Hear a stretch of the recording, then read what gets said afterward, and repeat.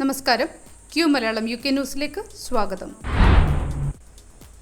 Cancer ചികിത്സയ്ക്ക് ശേഷം Charles രാജാവ് അടുത്തയാഴ്ച പൊതുജോലിയിൽ പ്രവേശിക്കുമെന്ന് കൊട്ടാരം അറിയിച്ചു. ഫെബ്രുവരി 5-ന് രോഗനിർണയം വെളിപ്പെടുത്തിയതിനു ശേഷം സർക്കാർ രേഖകൾ അവലോകനം ചെയ്യലും പ്രധാനമന്ത്രി ഋഷി സുനക്കുമായുള്ള കൂടിക്കാഴ്ചയും ഉൾപ്പെടെയുള്ള തന്റെ ചുമതലകൾ ചാൾസ് രാജാവ് തുടർന്നിരുന്നു. ചാൾസിന് ഏതുതരം ക്യാൻസർ ആണെന്ന് വെളിപ്പെടുത്തിയിട്ടില്ലെങ്കിലും മെഡിക്കൽ സംഘത്തിന്റെ അനുമാനത്തിൽ ഇതുവരെ നല്ല പുരോഗതിയാണ് കണ്ടുവരുന്നതെന്നും അവർ അറിയിച്ചു. വരുന്ന ആഴ്ചകളിൽ ചാൾസ് നിരവധി ചടങ്ങുകളിൽ പങ്കെടുക്കുമെന്ന് കൊട്ടാരം അറിയിച്ചു. ബ്രിട്ടീഷ് സ്ഥാപനമായ ഡാർക്ട്രേസിനെ $5.3 ബില്യൺ അമേരിക്കൻ കമ്പനി ഏറ്റെടുത്തു.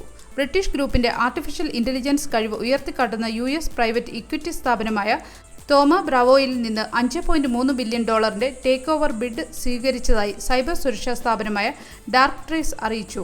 ആർട്ടിഫിഷ്യൽ ഇന്റലിജൻസ് വഴി ഉണ്ടാവുന്ന സൈബർ അറ്റാക്കുകളെ തടയാനുള്ള സാങ്കേതിക വിദ്യകൾ സൃഷ്ടിക്കുന്നതിൽ പേരുകേട്ട ബ്രിട്ടീഷ് കമ്പനിയായ ഡാർക്ട്രേസിൽ 2200ഓളം എംപ്ലോയീസാണ് ജോലി ചെയ്യുന്നത്.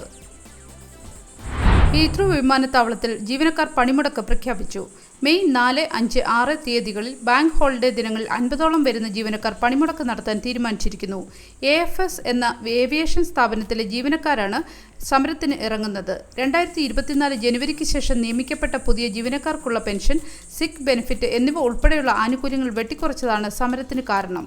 പല വിമാനങ്ങളും വൈകുവാനോ റദ്ദാക്കുവാനോ സാധ്യതയുള്ളതിനാൽ യാത്ര ആസൂത്രണം ചെയ്തിരിക്കുന്നവർ ശ്രദ്ധിക്കണമെന്ന് അധികൃതർ അറിയിച്ചിട്ടുണ്ട്.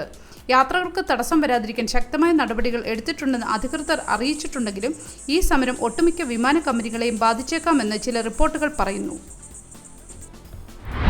ടീച്ചിംഗ് അസിസ്റ്റന്റുമാർക്ക് ക്ലാസ്സിൽ പാഠങ്ങൾ പഠിപ്പിക്കേണ്ടി വരുന്നതായി സർവേ റിപ്പോർട്ടുകൾ.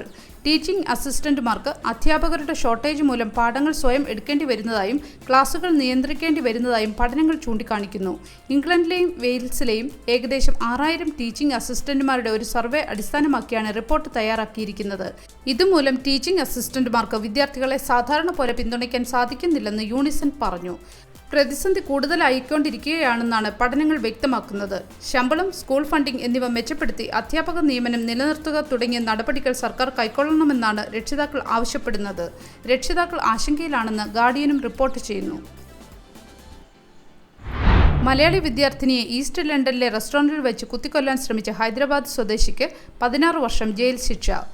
ഹൈദരാബാദ് സ്വദേശിയായ ശ്രീറാം അംബർലക്ക് ഓൾഡ് ഡെയിലി കോടതിയാണിത് 16 വർഷത്തെ ജയിൽ ശിക്ഷ വിധിച്ചത്.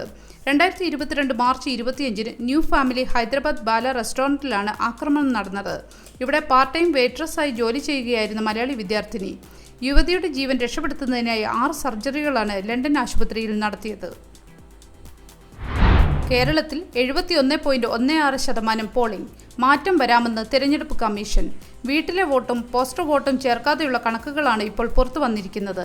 തപാൽ വോട്ടുകൾ ചേർക്കുമ്പോൾ പോളിംഗ് 72% പിന്നിട്ടേക്കാം. കഴിഞ്ഞ ലോക്സഭാ തെരഞ്ഞെടുപ്പിൽ 77.84% പോളിംഗ്. കനത്ത ചൂട് കാരണം വോട്ടർമാർ ബൂത്തുകളിൽ എത്താത്തതും മണിക്കൂറുകളുടെ കാത്തിരിപ്പും കാരണമുള്ള മടങ്ങിപ്പോക്കും വോട്ടിംഗ് ശതമാനം കുറയാൻ കാരണമായിട്ടുണ്ടെന്നാണ് പൊതുവെയുള്ള വിലയിരുത്തൽ.